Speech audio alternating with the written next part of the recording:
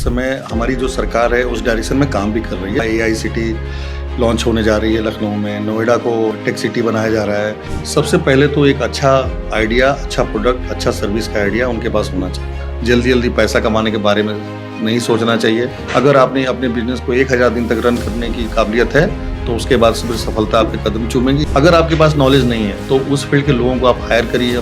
बहुत जल्दी आप देखेंगे कि AI enabled blood pressure machine, AI enabled other health take devices launch होंगी मार्केट में। इसका जो एक्सपोजर रहेगा अगले 5 से 10 साल तक मार्केट में बहुत ज़्यादा रहेगा।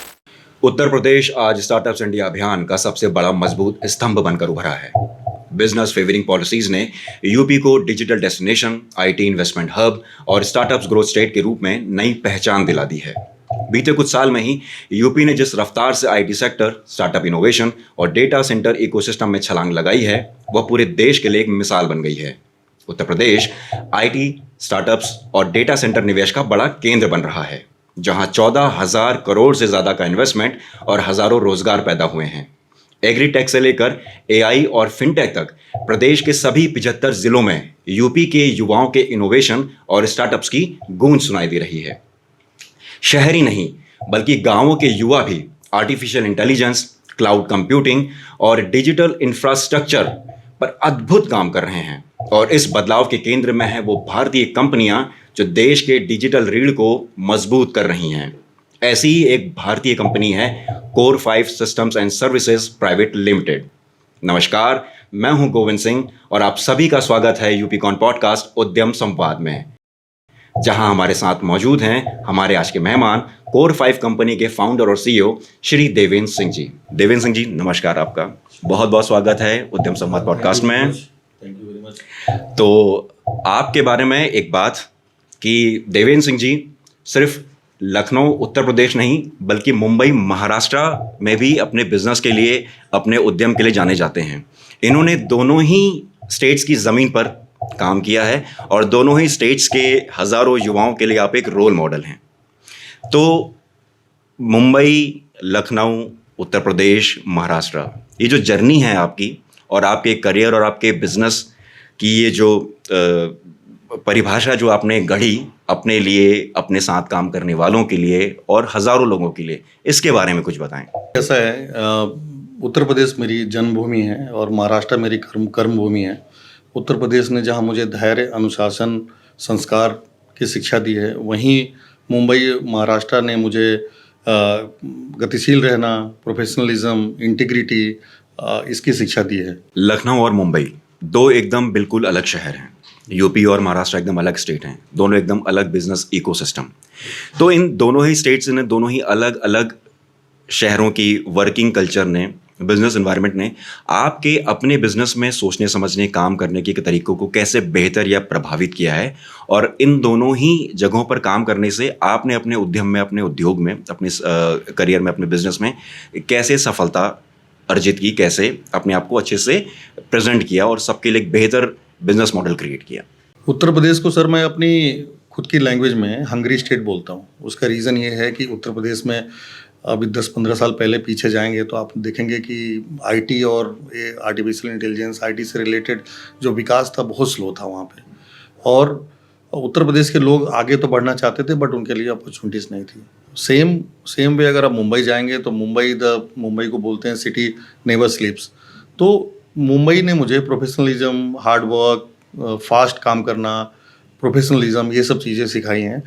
और उत्तर प्रदेश के लोगों ने मुझे ये सिखाया कि उत्तर प्रदेश में कैसे संस्कार के साथ में रह करके कैसे आप प्रोफेशनलिज्म प्लस संस्कार को दोनों को साथ में अडॉप्ट करके कैसे आप आगे बढ़ सकते हैं लाइफ में।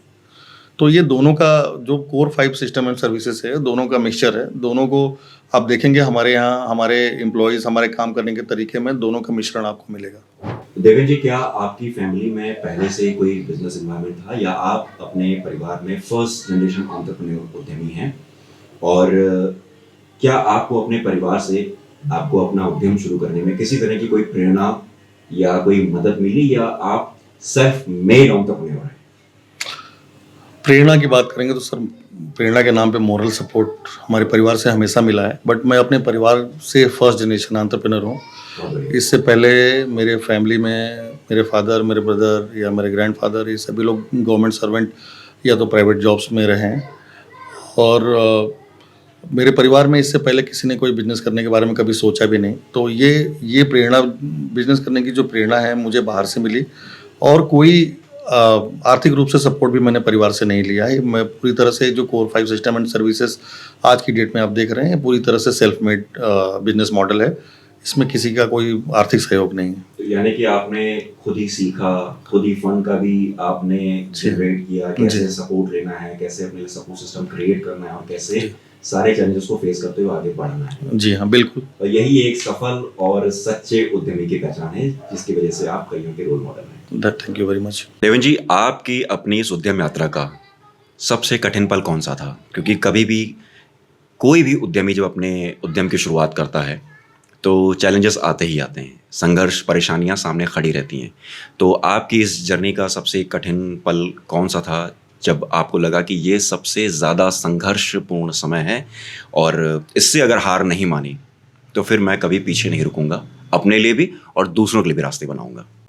गोविंद जी, बहुत बढ़िया सवाल पूछा आपने। मुझे लगता है कि युवा उद्यमियों के लिए ये जानना बहुत ज़रूरी है। होता क्या है कि आप हमेशा सफलता देखते हैं, आपने उसके पीछे का फेल्योर लोग नहीं देखते। कोर 5 सिस्टम एंड सर्विसेज आज एक सफल ऑर्गेनाइजेशन है, बट इससे पहले मैंने 2 और स्टार्टअप में इन्वेस्ट किया था, और अनफॉर्चुनेटली दोनों ही फेल हुई, जिसमें मेरा बहुत रेवेन्यू लॉस भी बहुत हुआ। तो कभी कभी ऐसा, जब आप फेल होते हैं तो कभी कभी ऐसा फील होने लगता है आपको कि बस बहुत हो गया और मुझे लगता है मुझसे हो नहीं पाएगा। आपको अपने आप के ऊपर ही शक होने लगता है और आपको लगता है बस बंद कर दो और यहाँ से कंपनी को बंद करो और फिर कुछ और काम करते हैं, यहाँ से नहीं हो पाएगा मुझसे। लेकिन तब आपको अपने आदर्श, अपने मेंटर, जो भी आपके मेंटर होंगे, उनकी बातें, उनके सिखाए हुए गुण आपको याद आते हैं और वही आपको लेकर के आगे जाते हैं।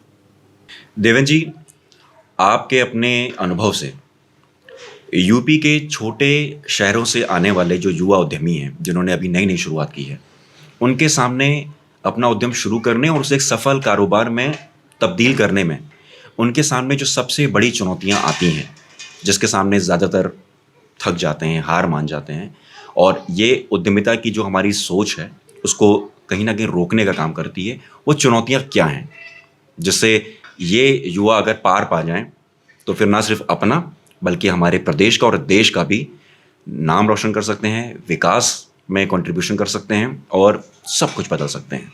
गोविंद जी, मेरे हिसाब से अगर आप देखेंगे तो कभी भी किसी भी युवा के अंदर जो कुछ अपनी लाइफ में, अपनी ज़िंदगी में कुछ कर गुजरना चाहता है, उसमें कभी भी उसमें क्षमता की कमी नहीं होती है। ज़रूरत होती है तो सिर्फ उसके एक्सपोज़र और गाइडेंस की। और मेरा जो अनुभव है उसके हिसाब से अगर देखा जाए तो अगर सही टाइप ऑफ गवर्नमेंट पॉलिसीज़ अगर इम्पोज की जाएं प्रदेश के अंदर, जैसे कि आज की हमारी सरकार कर रही है, युवाओं को आगे बढ़ाने के लिए स्किल डेवलपमेंट प्रोग्राम चल रहे हैं, यूथ अड्डा जैसे इनिशिएटिव्स हैं, एमएसएमई में अलग अलग टाइप के प्रोग्राम्स हैं, हमारे मुख्यमंत्री जी, माननीय मुख्यमंत्री जी अलग अलग टाइप की योजनाएं चला रहे हैं जिससे ज़्यादा से ज़्यादा युवा उद्यमी आगे आ जाएँ।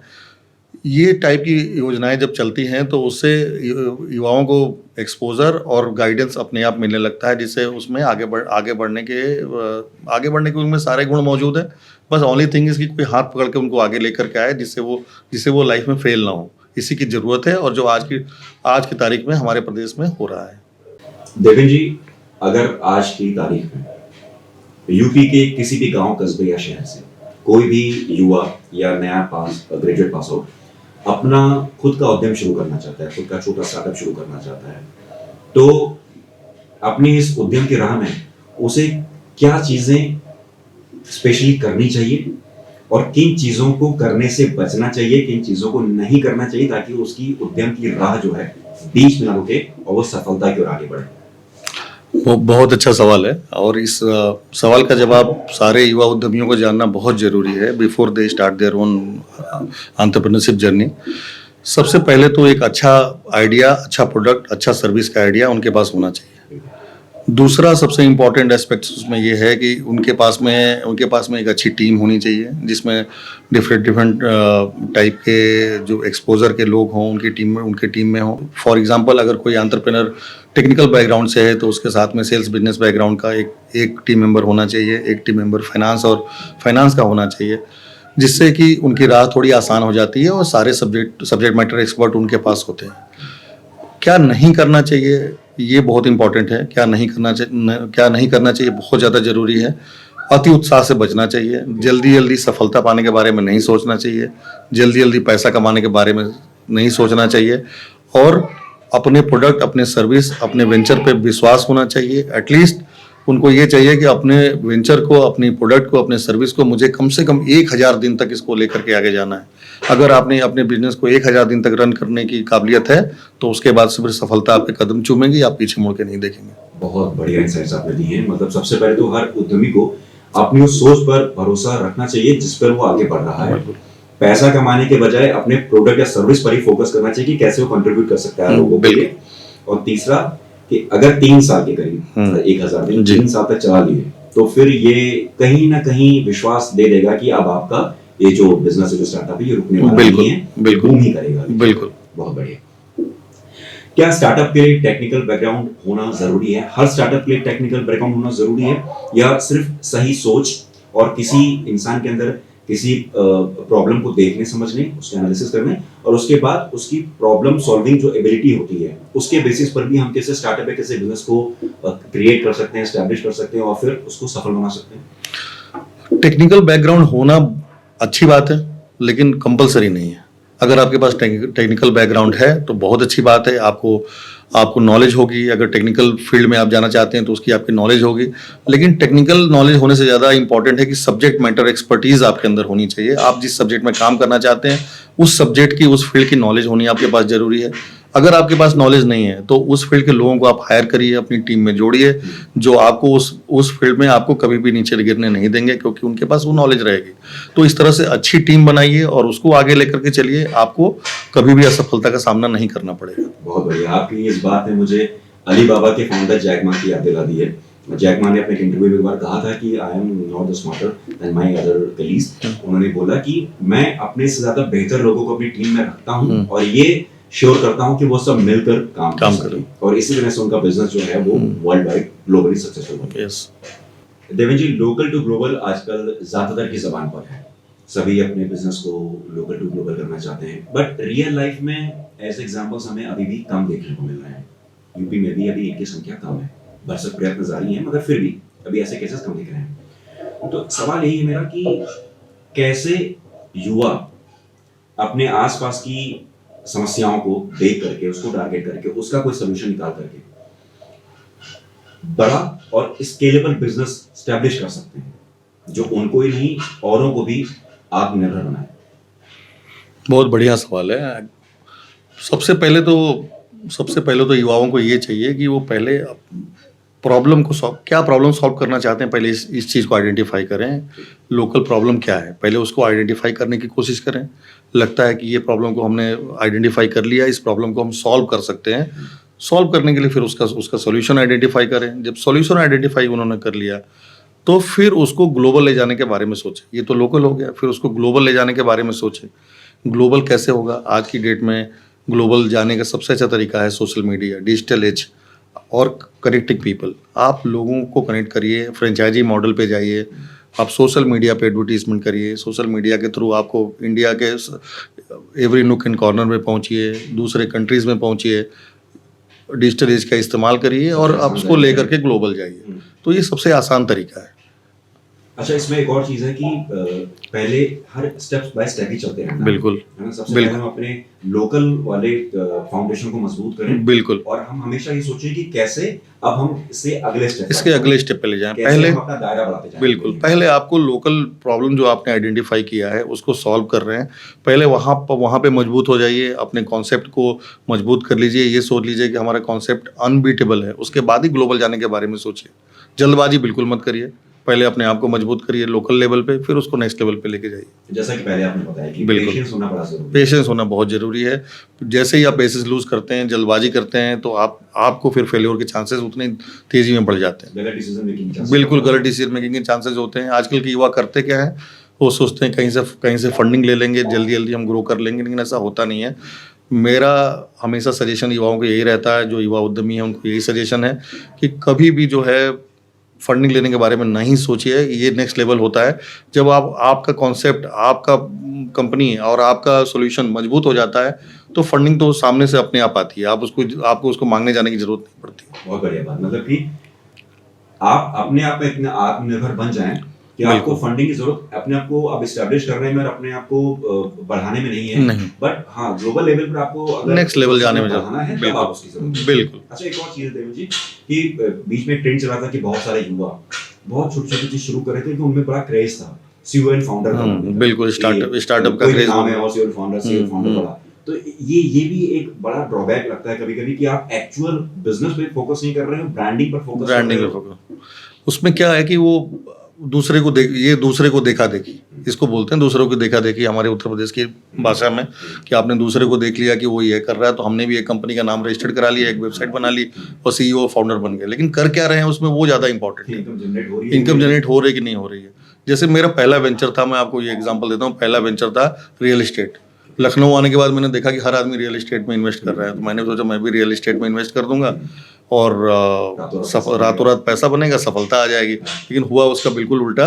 गवर्नमेंट पॉलिसी चेंज हुई, रियल एस्टेट में जो पैसा लगाया था पैसा डूब गया, स्टक हो गया, और उसके बाद में वो बिजनेस मॉडल फेल हो गया। तो इसलिए जल्दबाजी बिल्कुल ना करें, हमेशा मार्केट को समझें, पहले अपॉर्चुनिटी को समझें, उसके बाद ही उसमें इन्वेस्ट करने के बारे में सोचें। देवेंद्र जी, एक अहम सवाल है, एज एन एक्सपर्ट आपसे ये सवाल है कि क्या यूपी इंटरनेशनल लेवल पर अपनी पहचान एक टेक ड्रिवन हब के रूप में बना सकता है, और अगर हाँ तो इसके लिए क्या बदलाव जरूरी हैं, क्या चेंजेस इंट्रोड्यूस करने पड़ेंगे और किन चीजों पर हमें फोकस करना पड़ेगा? जी, यूपी बिल्कुल बन सकता है। मेरा जवाब है यूपी बिल्कुल बन सकता है, 200% बन सकता है, और सारा पोटेंशियल यूपी में मौजूद है। और लकीली इस समय हमारी जो सरकार है उस डायरेक्शन में काम भी कर रही है। जो मेरी सोच है उसी डायरेक्शन में सरकार भी काम कर रही है। आपने लास्ट कुछ महीनों में देखा होगा एआई सिटी लॉन्च होने जा रही है लखनऊ में, नोएडा को टेक सिटी बनाया जा रहा है। और उसके अलावा मेरे जहन में जो चीज़ें आती हैं उसमें एक चीज़ ये है कि सबसे पहले तो डिजिटल इंफ्रास्ट्रक्चर का डेवलपमेंट बहुत ज़रूरी है, जो कि बहुत तेज़ी में करना चाहिए। उसके बाद से एजुकेशन को लिंक करना चाहिए रोजगार से। एजुकेशन जब तक रोजगार न दे तब तक एजुकेशन बेकार है मेरे हिसाब से। जब तक एजुकेशन को बिल्कुल लिंक करिए, और जो कोर्सेज हैं जिसका कोई यूज़ नहीं है उसको साइड करके उसको ऑप्शनल रखना चाहिए, और टेक्निकल एजुकेशन पे ज़्यादा फोकस करना चाहिए ताकि ज़्यादा से ज़्यादा युवा सामने आ सकें और अपने आप को रोजगार परक बना सकें। जैसे कहा जाता है कि शिक्षा वही जो रोजगार दे, या बिल्कुल। आपने डिजिटल इंफ्रास्ट्रक्चर का नाम लिया, तो अगले 5 सालों में डिजिटल इंफ्रास्ट्रक्चर में ऐसे कौन-कौन से ट्रेंड रहेंगे जो बदलाव लेकर आएंगे और बूम कर सकते हैं, अगर हम इसको एज अ स्टार्टअप कंसीडर करना शुरू करें? देखिए, आर्टिफिशियल इंटेलिजेंस सबसे ज़्यादा इंपॉर्टेंट है इस समय। चाहे वो कोई भी फील्ड हो, आर्टिफिशियल इंटेलिजेंस का इन्वॉल्वमेंट उसमें होगा ही होगा। आर्टिफिशियल इंटेलिजेंस से रिलेटेड अगर आप हेल्थ टेक डिवाइसेस देख रहे हैं, आपको एक उदाहरण देता हूँ। Health take devices, blood pressure नापने की जो मशीन होती है, ब्लड प्रेशर की जो मशीन होती है, उस पर आप देखेंगे कि उसमें एआई इनेबल्ड उसको बनाया जा रहा है। अभी बहुत जल्दी आप देखेंगे कि AI enabled blood pressure machine, AI enabled other health take devices launch होंगी मार्केट में। तो एआई एक ऐसा फील्ड है जिसमें बहुत ज़्यादा युवाओं को सीखने की तुरंत सीखने की ज़रूरत है, बिकॉज इसका जो एक्सपोजर रहेगा अगले 5 से 10 साल तक मार्केट में बहुत ज़्यादा रहेगा। साथ में साथ रोबोटिक्स में, ड्रोन में, इस सब चीज़ों में आपको सीखने की ज़रूरत है, क्योंकि यही सब चीज़ें रोजगार देंगी आपको। ये ट्रेंड अगले 10 सालों तक बरकरार रहेगा। तो ये हमारे युवाओं के लिए बहुत अच्छा इंसाइट है। बहुत अच्छा इंसाइट। चीज़ों पर अगर फोकस करें बिल्कुल, तो सफलता थोड़ा जल्दी और बेहतर तरीके से उनको मिल सकती है। बिल्कुल। देवेंद्र जी, भारत के हेल्थ, एजुकेशन, डिफेंस और मैन्युफैक्चरिंग सेक्टर में उम्मीद से तेजी से ज़्यादा डिजिटलाइजेशन हुआ है। तो डिजिटल इंडिया बन रहा है, डिजिटल यूपी बन रहा है। तो आपकी जो कंपनी है कोर5, ये कैसे नए डिजिटल इंडिया और नए डिजिटल यूपी को डेवलप करने में, विकसित करने में और बाकी देशों के मुकाबले बेहतर बनाने में कंट्रीब्यूट कर रही है, कैसे अपना योगदान दे रही है? गोविंद जी, सिर्फ कोर5 की जर्नी के बारे में थोड़ा मैं बताता हूँ आपको, डिजिटल जर्नी के बारे में, तो आप उसको रिलेट कर पाएंगे। व्हेन वी स्टार्टेड कोर5 सिर्फ एक क्लाउड कंपनी थी, क्लाउड कंप्यूटिंग का ऑर्गेनाइजेशन थी। Slowly we moved as a system integrator. System integration मतलब क्लाउड के अलावा हम cloud security, cyber security, data backup, data solution, data security, switches, इसमें मूव कर गए। अब हम इसको डिजिटल इंडिया और डिजिटल उत्तर प्रदेश को कैसे आगे बढ़ाने में कैसे योगदान दे सकते हैं, इसके लिए मैं इसमें ये ऐड करना चाहता हूँ कि हेल्थ सेक्टर और एजुकेशन सेक्टर के लिए हमने अपना खुद का सॉफ्टवेयर बनाया हुआ है, जो कि आपको Ayushman Bharat digital mission government के इस प्रोग्राम के बारे में पता होगा। पहले आप आज की डेट में कोई भी आप सॉफ्टवेयर बनाते हैं जो कि हेल्थ रिलेटेड हॉस्पिटल्स या किसी भी हेल्थ रिलेटेड फील्ड में आप उसको यूज़ करना चाहते हैं, तो उसको एबीडीएम से इम्पैनल कराना पड़ता है। एबीडीएम, जब भारत सरकार उसको एबीडीएम इम्पैनल करती है तभी आप उसको यूज़ कर सकते हैं। हमने एक सॉफ्टवेयर बनाया है, उसको एबीडीएम इम्पैनलमेंट के लिए जा चुका है, ऑलरेडी एबीडीएम इम्पैनल्ड हो गया है और वेरी सून अगर आप उसको देखेंगे तो आप बहुत सारे हॉस्पिटल्स में हमारा सॉफ्टवेयर चलता हुआ मिलेगा आपको उत्तर प्रदेश में।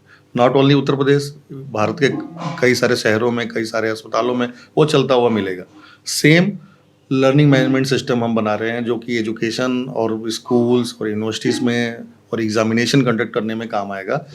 उसको भी हम लोगों ने बना लिया है और ऑलरेडी हमने उसको अप्रूवल्स के लिए भेजे हुए हैं। जैसे ही उसका टेक्निकल अप्रूवल्स हमको मिल जाता है, टेस्टिंग कंप्लीट हो जाती है, हम उसको इम्प्लीमेंट करना शुरू करेंगे, जिससे कि गवर्नमेंट, आप ये देखते हैं कि स्कूलों में, यूनिवर्सिटीज़ में सेमेस्टर्स के एग्ज़ाम होते हैं, टेस्टिंग्स होती है, इसको करने के लिए बड़ा लंबा सा इंफ्रास्ट्रक्चर की इस्तेमाल करना पड़ता है, लेकिन उसको आने के बाद में इंफ्रास्ट्रक्चर की बिल्कुल भी ज़रूरत नहीं पड़ेगी, सब कुछ ऑनलाइन होने लगेगा, प्रोसेस भी कम हो जाएगा, रिजल्ट इमीडिएट मिलेगा। आपने अभी एग्ज़ाम दिया, 2 मिनट बाद आपको रिजल्ट आपके सामने डिस्प्ले हो जाएगा। तो ये सारी चीज़ें आने वाली हैं। इसमें उद्यमियों को, युवा उद्यमियों को भी बहुत सारा अपॉर्चुनिटी मिलने वाला है। कारण ये है कि उसमें हम फ्रेंचाइजी मॉडल पे जाने की सोच रहे हैं, जिससे हम लोकल लेवल पे फ्रेंचाइजीज, डिस्ट्रिक्ट लेवल पे फ्रेंचाइजीज बनाएंगे, ताकि वो अपना योगदान भी दे सकें, प्लस अपने लिए रोजगार के सृजन भी कर सकें। देवेंद्र जी, हम अपने पॉडकास्ट के आखिरी पड़ाव में हैं, मगर इस आखिरी पड़ाव पर एक बहुत अहम सवाल आपका इंतजार कर रहा है, और वो ये है कि जितने भी युवा उद्यमी हैं वो अपनी जर्नी में ऐसी कौन सी आम गलती करती हैं जिसकी वजह से वो अपने उद्देश्य से भटक जाते हैं, तो और उन गलतियों से कैसे हम उनको बचा सकते हैं, कैसे वो खुद बच सकते हैं, इसके बारे में बताएं। और अपने उद्यमी जीवन की कोई ऐसी अनमोल सीख, ऐसा सार जो निचोड़ हो आपकी उस उद्यम यात्रा पर। देखिए, सबसे पहले तो मैं ये बताना चाहूँगा कि सबसे ज़्यादा इम्पोर्टेंट जो चीज़ है वो ये है कि पहले अपना होमवर्क सही से करें। कोई भी नया वेंचर स्टार्ट करने से पहले अपना होमवर्क ठीक से करें, पहले कॉन्सेप्ट को क्लियर करें, जल्दबाजी करने से बचें और सबसे ज़्यादा इम्पोर्टेंट, सारा काम खुद करने के बारे में बिल्कुल ना सोचें कि सब कुछ कंपनी से रिलेटेड हर काम मैं खुद कर लूँगा। नहीं, जब तक आपके पास strong team, subject matter experts की टीम जब तक आपके पास नहीं होगी, आप सारा काम खुद नहीं कर सकते, आप सफल नहीं हो सकते। इस बात को आपको गांठ बांध लेनी चाहिए। जब ये चीज़ आप धीरे धीरे अनुभव के साथ सीखते हैं, लेकिन जब आप युवा होते हैं तो आपके अंदर जोश ज़्यादा होता है, आप सोचते हैं कि सब कुछ मैं खुद कर लूँगा, लेकिन ऐसा होता नहीं है। इसलिए मेरा 20 साल का अनुभव लीजिए और अपना युवा जोश लीजिए, दोनों को एक साथ सम्मिलित कीजिए। और मेरा आपसे सजेशन है कि पहले होमवर्क ठीक से करें, अपने इन्वेस्टमेंट का एटलीस्ट 3 साल के इन्वेस्टमेंट का अरेंजमेंट करें, एंड देन जल्दबाजी करने से बचें, अच्छी टीम बनाएं और तब आप बिजनेस में वेंचर करिए। बहुत बढ़िया सीख और बहुत अनमोल सीख हमारे व्यूअर्स के लिए, हमारे उद्यमियों के लिए। देवेंद्र जी, आपका बहुत बहुत शुक्रिया, आपने समय निकाला हमारे पॉडकास्ट में उद्यम संवाद में आने के लिए। धन्यवाद, बहुत बहुत शुक्रिया। धन्यवाद। तो ये हैं हमारे आज उद्यम संवाद पॉडकास्ट के हमारे मेहमान Shri Devendra Singh ji, CEO and founder कोर5। अब चलते चलते एक सबक जो हम लोगों ने सीखा आज के इस पॉडकास्ट से, उन सभी युवाओं के लिए जो उद्यम की राह शुरू करना चाहते हैं। यूपी के युवाओं में जॉब सीकर नहीं बल्कि जॉब क्रिएटर बनने के इरादों की वजह से स्टार्टअप्स अब केवल नोएडा और लखनऊ तक सीमित नहीं रहे, यूपी के छोटे शहरों और गांवों में भी स्टार्टअप्स के बीच अपनी नई पौध बन चुके हैं। नोएडा, ग्रेटर नोएडा, लखनऊ, कानपुर और गोरखपुर अब इंटरनेशनल टेक हब के रूप में विकसित हो रहे हैं। इन्फोसिस, एडोबी, IBM और टेली परफॉर्मेंस जैसी ग्लोबल कंपनियों का भरोसा इस बात का सबूत है कि यूपी अब इन्वेस्टमेंट और एम्प्लॉयमेंट दोनों ही मामलों में देश के सबसे बड़े राज्यों के लिए, सबसे अग्रणी राज्यों के लिए भी एक आदर्श मॉडल बन चुका है। बीमारू यूपी की पुरानी इमेज से बाहर निकलकर ब्रांड यूपी के रूप में अपनी पहचान बना रहे उत्तर प्रदेश के युवाओं में उद्यमिता की अलग जगाने की एक और कोशिश के साथ हम जल्द आपसे मिलेंगे। उद्यम संवाद पॉडकास्ट के अगले एपिसोड में एक नए मेहमान के साथ। तब तक के लिए नमस्कार।